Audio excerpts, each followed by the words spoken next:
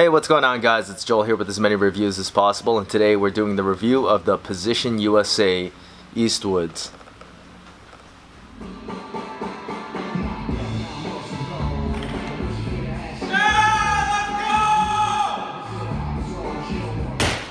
Alright guys, so if you haven't seen my review of the Position USA Blue Suede Shoes 2.1s, make sure you check that video out before we start this video. The Eastwoods are mainly just a revision of the Blue Suede shoes. A lot of the things and complaints that I had about the Blue Suede shoes have been fixed with the Eastwoods, starting with the toe box. So if you notice on the toe box here, it's stitched on the outside right here, and it features this new canvas material versus the Position 2.1s that had the stitching on the sides right here. Having the stitching in those spots led to some hot spots inside the shoe. Now that the stitching is this way, there are no more hot spots inside the shoe, and it actually feels like there's a lot more room inside the toe box. Another update between the two shoes is the size of the strap. So on the Position 2.1s, the strap is a little too long, and on the Eastwoods, it is the perfect length.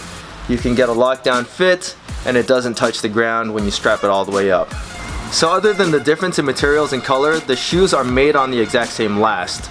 So that means for the most part, they're gonna fit the same. I got both of these shoes in a 9, and the Blue Suede shoes fit a little bit more narrow, or they feel a little bit more narrow just because of the way that the toe box is stitched together. The Eastwoods, like I said before, feel a little bit more open in the toe box, and this rear area, since it has this more heavy-duty canvas material, holds its shape better, and then it also holds your foot or your heel in place a lot better. So while the Vibram outsole remains the same for the most part, it's actually stitched on with the Eastwoods as opposed to just being glued on with the 2.1s. The heels of the shoe remain the same. They're both a 1-inch effective heel, except the Eastwoods are now stained in black, and the Positions wore a brown stain. I would actually like to see the Eastwoods come with a brown heel, because I think it would look a lot more clean and dope. The tongue on the Eastwood is a little bit more substantial than it was on the Blue Suede shoes. The logos on my Blue Suede shoes actually started coming unstitched after a little bit, while on the Eastwoods, it's actually sewn on and embroidered into the tongue. Surprisingly, the Eastwoods weigh a little bit less than the Blue Suede shoes at 17.7 ounces per shoe. It's not a whole lot of difference because the other ones weighed 18 ounces. So when it comes down to the performance of the Eastwoods and the Blue Suede shoes, it really comes down to if you needed the 1-inch heel. On the Positions, the 1-inch heel does not feel as tall as it does on the lice tongues, and I think that's because the heel to toe drop is a lot more gradual. But there's one thing that you're going to notice on the Positions that is a little bit different than what you're going to see on most weightlifting shoes, and that is that the toe actually slopes up, so it kind of has this rocking feeling, whereas most weightlifting shoes have a very flat platform. Personally, I actually like this because it helps me toe off and it helps me jump.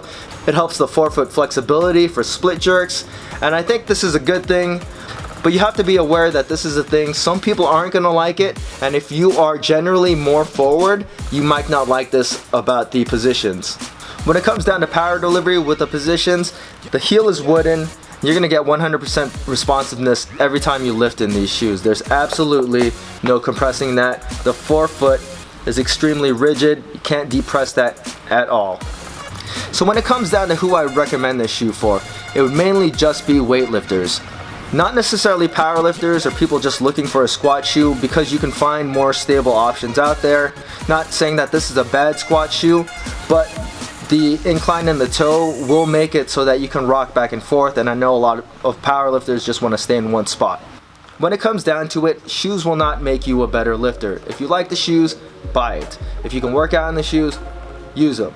Everybody has a preference when it comes down to weightlifting shoes, and for me, I personally like the Position USA's, and I think they're a great pair of weightlifting shoes. I don't think they're the best weightlifting shoes on the market, but I still think that they're awesome. They're really cool to look at. They're one of the most in my opinion, stylish weightlifting shoes, and I like them. For $225, the Eastwoods cost a little bit more than the blue suede shoes, but the fixes and upgrades they made on the Eastwoods make it worth the price increase over the blue suede shoes. The Eastwoods do cost a little bit more than some of the more technologically advanced weightlifting shoes on the market, so it really comes down to if you like the old school aesthetic of the Positions. I like what Position has done with the Eastwoods. It shows that they're actually listening to the community and they're fixing a lot of the problems that have plagued their shoes. Position saw my original review of the blue suede shoes and they heard all my gripes, so they sent me out these pair of Eastwoods to review. So big shout out to Position USA. If you guys have any questions about the Position USA Eastwoods, feel free to leave them in the comment section. As always guys, make sure you subscribe, hit that like button, and thanks for watching guys.